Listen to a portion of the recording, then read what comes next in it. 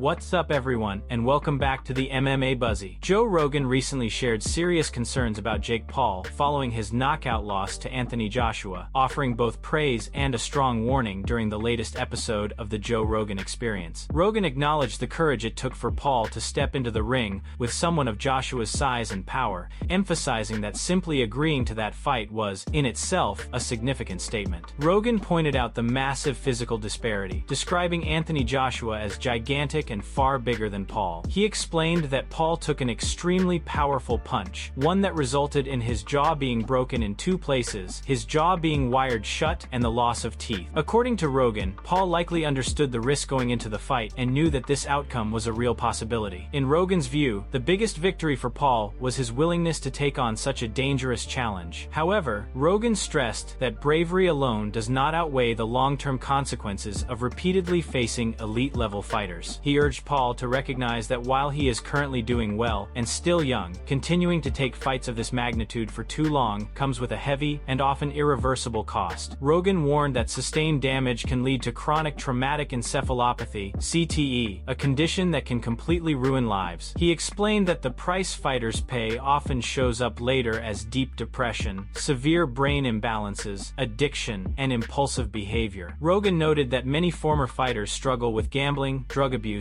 and alcoholism after their careers end. He described the brain as having a limited tolerance for trauma, comparing it to a punch card where each major hit uses up a portion of what the body can handle. Rogan emphasized that the punch Paul absorbed from Joshua was not an ordinary blow, calling it equivalent to multiple concussions in a single moment. He concluded by saying that when a punch is powerful enough to break someone's jaw in multiple places, it's a clear sign that serious damage is also occurring inside the brain, and that kind of damage should never be taken lightly. Before we jump into the next story, we have a small favor to ask. If you're enjoying the content, please give this video a like, subscribe to the channel, and tap the bell icon. It really helps us out and ensures you'll never miss an update. Move on to another news. Jake Paul has already turned his attention to what comes next, following his loss to Anthony Joshua, and he isn't backing away from controversy. Speaking on the Impulsive podcast just days after the fight, Paul shared his assessment of the bout and outlined what he believes went wrong. Paul claimed that he performed better than many expected, stating that he won the first 2 rounds before his momentum faded. He even suggested that he briefly hurt Joshua with his signature overhand right, saying the former heavyweight champion appeared wobbled at one point. According to Paul, Joshua adjusted well defensively, keeping his hands up more effectively as the fight progressed. Paul felt the contest was competitive early, but admitted that once he began to tire, the fight shifted dramatically in Joshua's favor, eventually leading to the knockdown. Reflecting on the experience, Paul pointed to conditioning and mental pressure as key factors in his defeat. He explained that dealing with a much larger opponent created a different kind of stress, especially with heavier gloves, and Joshua's power becoming more noticeable as the fight went on. Paul described how Joshua's size, strength, and ability to impose his will took a toll, both physically and mentally, and once the big shots started landing, everything unraveled. Paul also expressed regret over his preparation, saying that 3 weeks was not enough time to properly get ready for a fighter of Joshua's caliber. He believes additional training time would have allowed him to add more muscle and better withstand the physical exchanges. In hindsight, Paul said his biggest mistake was not training at altitude, emphasizing that an extra level of cardio could have made a significant difference in his performance. Despite the loss, Paul quickly reignited debate by calling out former UFC heavyweight champion Francis Ngannou. He claimed he would perform better against Ngannou than others have, even questioning Ngannou's durability. Paul suggested that his showing against Joshua proved he could go deeper into a fight, and hinted that a matchup with Ngannou now makes sense. He closed by implying that this idea might finally convince Ngannou to accept the challenge, setting the stage for another headline-grabbing crossover fight. Move on to another news. Robert Whittaker has added his name to the growing list of MMA fighters who are open to transitioning into boxing later in their careers. Speaking on his MMA Arcade podcast, the former UFC middleweight champion shared his thoughts on the recent Jake Paul vs. Anthony Joshua bout and revealed that he would seriously consider stepping into the boxing ring for the right opportunities. Whittaker acknowledged that the fight reflected positively on Jake Paul, saying it showed that Paul does possess a legitimate level of boxing skill. While he noted that the bout eventually turned into a rough, gritty exchange, Whittaker emphasized that Paul's limited experience made his performance more respectable. He also pointed out the massive financial incentive, joking that he would fight Anthony Joshua for an enormous payday, and even admitted he would consider doing it for far less than the rumored figures. When asked directly whether boxing after the UFC genuinely interests him, Whittaker was clear in his response. He said, "The idea definitely appeals to him, particularly the possibility of bypassing the traditional boxing circuit. Instead of grinding through long developmental paths like many boxers do," Whittaker expressed interest in the type of high-profile crossover or super fight matchups that former UFC fighters have been taking part in. According to Whittaker, those kinds of bouts make sense financially and competitively. He believes there is real money to be made, and that boxing could help him stay in shape while allowing him to continue doing what he loves most, fighting. He described boxing as an aspect of combat sports he genuinely enjoys, and said moving into that arena would feel like a refreshing change after years in MMA. Whittaker also emphasized that the transition wouldn't just be about money. He sees boxing as a new challenge that could keep him motivated and mentally sharp, offering a fresh environment without the full grind of an MMA training camp. He ended the discussion with a lighthearted reminder of the adjustments such a move would require, joking that he would need to remember not to throw a head kick after a 1-2 combination. Overall, Whittaker's comments suggest that while his focus remains on MMA for now, a future move into boxing, especially for the right fight and the right price, is very much on the table. Move on to another news. Derek Lewis has revealed that he was nearly matched up with a legendary kickboxer for UFC 324 before the fight ultimately fell apart. Speaking on the Beast and the Cowboy podcast, Lewis explained that he was initially offered a much bigger and more surprising opponent before eventually being booked against Waldo Cortez Acosta. According to Lewis, the UFC told him to be patient, hinting that something major was in the works. He said he was assured the matchup would be big and worth the wait, with early discussions pointing toward a high-profile bout scheduled for January. As Lewis waited for confirmation, he was eventually informed that the original plan involved a crossover fight against a champion from Glory Kickboxing. Lewis recalled that the opponent in question was none other than Rico Verhoeven, the dominant Dutch kickboxing superstar and longtime Glory heavyweight champion. Once Lewis realized who the matchup was supposed to be against, he was immediately on board with the idea. However, the fight never materialized, as Verhoeven ultimately declined the offer. After that opportunity fell through, Lewis said the UFC attempted to line him up with another top heavyweight. Discussions then shifted toward a potential rematch with Sergey Pavlovich, but that plan also failed to come together after Pavlovich reportedly turned down the fight as well. With multiple options falling apart, the UFC continued searching for a replacement opponent to keep Lewis on the card. Eventually, the promotion settled on Waldo Cortez Acosta, who accepted the fight. Lewis said that once Cortez Acosta agreed, he had no hesitation and was ready to move forward immediately. Despite missing out on a crossover showdown with a kickboxing legend, Lewis made it clear that he was prepared to fight whoever was willing to step up. Lewis's comments highlight how close fans came to seeing a rare and intriguing MMA versus kickboxing clash inside the octagon. While the bout with Verhoeven never happened, the revelation adds another chapter to the long list of unusual and high-profile matchups that were discussed behind the scenes but never officially announced.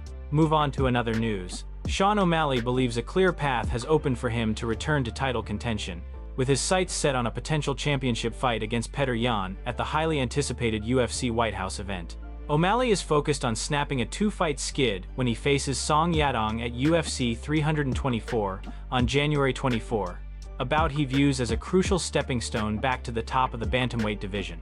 After suffering back-to-back title fight losses to Merab Dvalishvili, O'Malley's championship aspirations appeared distant. However, the landscape shifted dramatically when Petr Yan defeated Dvalishvili at UFC 323, creating new possibilities at the top of the division. With Yan now holding the belt and O'Malley owning a previous victory over him from 2022, the matchup has quickly gained momentum as a logical next title fight. Speaking on a recent episode of his podcast, O'Malley explained that Yan's win sparked a renewed sense of motivation and excitement. He described the moment as a mental reset that reinvigorated his focus and belief in what lies ahead. According to O'Malley, the division suddenly feels wide open again, and the idea of facing Yan for the title has given him a fresh surge of energy. O'Malley emphasized that his immediate priority remains his upcoming fight against Song Yadong. He made it clear that he plans to go out and deliver a decisive performance, confident that a win would solidify his case for a title shot. In his view, a championship showdown against Yan at the UFC White House event is not only realistic, but also makes perfect sense from a competitive and narrative standpoint. He acknowledged that circumstances can always change, but from where he stands, the path is clear. Beat Song Yadong, secure the momentum, and then move straight into a high-profile title fight against Petr Yan on one of the biggest stages the UFC has ever considered. For O'Malley, the combination of timing, history, and opportunity has aligned. If he delivers at UFC 324, he believes a return to gold, this time against a familiar rival, is well within reach. Move on to another news. Sean Strickland and Michel Pereira recently engaged in an intense and highly competitive sparring session that quickly drew attention within the MMA community. Strickland later addressed the exchange with his trademark blunt honesty, making it clear that the session was anything but light work. He emphasized that there is a reason fighters don't joke around in the gym when preparing for real competition, especially when sharing space with athletes like Pereira. Strickland went on to praise the toughness and fighting spirit of Brazilian fighters, using his usual raw and unfiltered language. He described them as fearless to a fault, willing to go all out for even the smallest stakes. While humorous in delivery, Strickland's comments carried genuine respect, highlighting how dangerous and relentless Brazilian fighters can be inside the ring. According to him, that mentality is exactly why sparring sessions with someone like Pereira can quickly turn into a war. Meanwhile, controversy continued elsewhere in the MMA world as Luke Rockhold voiced strong criticism of the UFC's decision to push Paddy Pimblett toward an interim lightweight title opportunity. Speaking in a recent interview with Submission Radio, Rockhold expressed frustration with what he sees as promotional favoritism. He argued that Pimblett is not the most deserving contender, and that Arman Tsarukyan should be next in line instead. Rockhold questioned the legitimacy of interim titles altogether, suggesting that they often hold little real meaning. He contrasted Pimblett's enthusiasm about being labeled a champion with fighters who truly understand what it means to hold undisputed gold. Rockhold pointed out that many elite fighters know an interim belt doesn't define a true champion, yet Pimblett is already speaking as if the title is guaranteed. According to Rockhold, the UFC appears determined to give Pimblett the most favorable matchups possible in order to fast-track him into a championship position and reignite fan excitement in the UK. While Rockhold acknowledged the business side of the move, he made it clear he doesn't agree with it. He emphasized that Tsarukyan has proven himself through dominant performances, particularly with his grappling, and described him as a serious threat to anyone in the division. Rockhold concluded by saying that Tsarukyan's ability to impose his style and seamlessly translate it into real fights makes him one of the most dangerous contenders at lightweight, and overlooking him would be a major mistake. Move on to another news. Ilia Topuria and Merab Dvalishvili recently crossed paths in Spain, giving fans a glimpse into a rare and intriguing training collaboration between two elite UFC fighters. During their time together, the pair shared several sparring rounds, showcasing mutual respect and high-level competition as they sharpened their skills away from the spotlight of Fight Week. Following their training sessions, Topuria offered a more relaxed look into their time together by taking Dvalishvili for a drive through Spain in his supercar. The lighthearted moment quickly caught attention online, highlighting the strong camaraderie between the two fighters outside the gym. The footage showed Topuria behind the wheel, while Dvalishvili enjoyed the ride, offering fans a behind-the-scenes look at their off-training dynamic. In addition to the drive, Topuria also shared clips of himself continuing to refine his boxing. The footage emphasized his focus on striking development, with crisp combinations, sharp movement, and disciplined technique on display. Known for his evolving stand-up game, Topuria's dedication to improving his boxing suggests he is intent on remaining a well-rounded and dangerous threat at the highest level of the sport. The meeting between Topuria and Dvalishvili sparked discussion among fans, as both fighters compete near the top of their respective divisions and are recognized for their relentless work ethic. Training together not only allowed them to exchange techniques and insights, but also demonstrated the respect elite fighters often have for one another despite competitive rivalries within the UFC. Overall, the Spain meetup provided a rare look into how top-level fighters balance intense preparation with moments of enjoyment. Between hard sparring rounds, luxury car rides, and focused boxing sessions, Topuria and Dvalishvili offered fans a well-rounded snapshot of life as elite mixed martial artists where discipline, friendship, and ambition all coexist.